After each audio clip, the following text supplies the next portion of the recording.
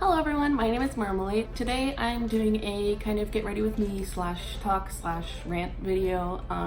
There's a specific topic that has come up recently that I want to talk about, and that is why I'm here today. So I'm going to prime my face with the Magical Moringa. I hope that's how you say that, from Lush. I just got this pretty recently and I've only used it once, but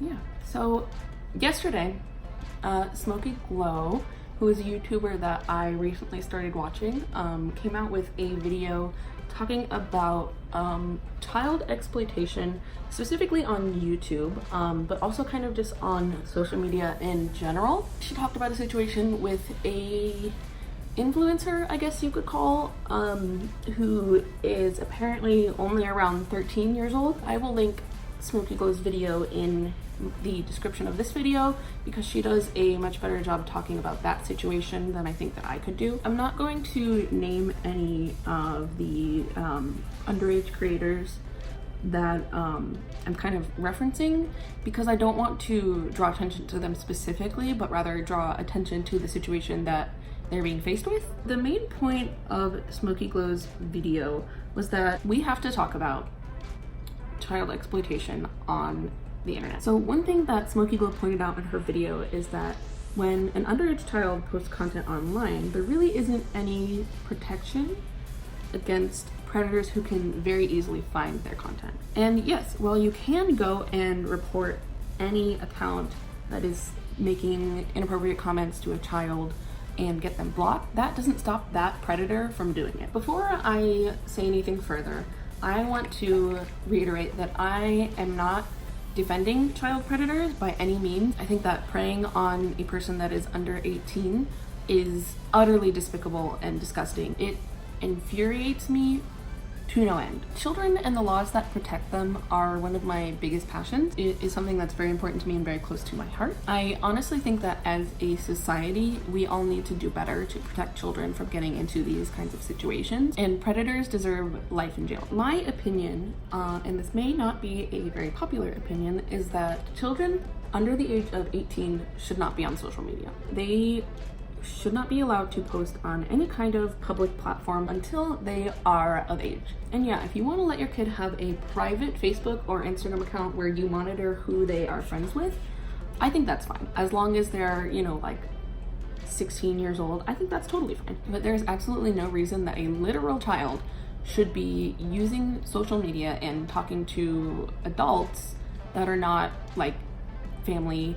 To be fair, I'm not a parent, but I do have 4 nieces and nephews, and I sincerely hope that their parents decide not to allow them to use social media until they are old enough to really be able to protect themselves, because God knows that social media websites are not doing a lot to protect children. And it may sound like I'm blaming the child in this situation, but they genuinely don't know any better. If a 40-year-old man poses as a 12-year-old and messages a 12-year-old girl saying he wants to be her friend, she doesn't know any better. She doesn't know that that's a 40-year-old man. And again, that's not her fault for thinking that way. Children are just naturally innocent. And as much as we can teach children about the dangers of child predators and everything like that, there's still no way to guarantee that they'll recognize a situation when they're faced with it. And I do believe that educating children about the dangers of the internet before they start using it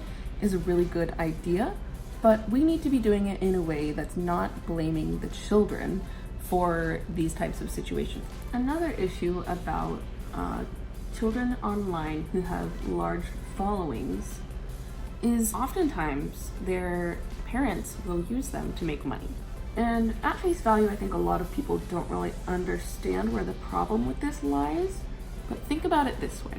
Even if a child says to their parents that they are okay with being filmed and put online, that is no reason for a parent to push their child into being an influencer or being a YouTuber or whatever you want to call it. Many parents of influencers that are underage, because their child is underage, the parent has complete control over not only their social media account, but any money that comes from their content. And I'm not saying this happens all of the time, because I genuinely don't know if this happens all of the time, but a lot of the times the parents of these children will take that money and put it straight into their own pocket, or use it to stay afloat and pay their bills, completely disregarding the fact that they should be setting some of that money, at least a portion of that money, aside for their children's future, for when they come of age and are able to use it. This is child labor. This is child exploitation, period, end of story. And like Smokey Glow said, none of this is an exaggeration. This is happening, this is real. We need to talk about it, and we need to find a way to stop it. One thing I wanted to touch on that Smokey Glow didn't really get to in her video, because her video is specifically about YouTube, is TikTok. And I have issues with TikTok for a number of reasons, but this is the main reason that I take issue with TikTok. This quote comes directly from TikTok's terms of service. It says, "If you are under age 18, you may only use the services with the consent of your parent or legal guardian. Please be sure your parent or legal guardian has reviewed and discussed these terms with you." My issue with this kind of very broad statement is that children lie about their age online all the time. They click through and choose a different year for their date of birth to be able to access a site more easily. Or sometimes the child will claim that their parent has given them permission to use a website when they really haven't.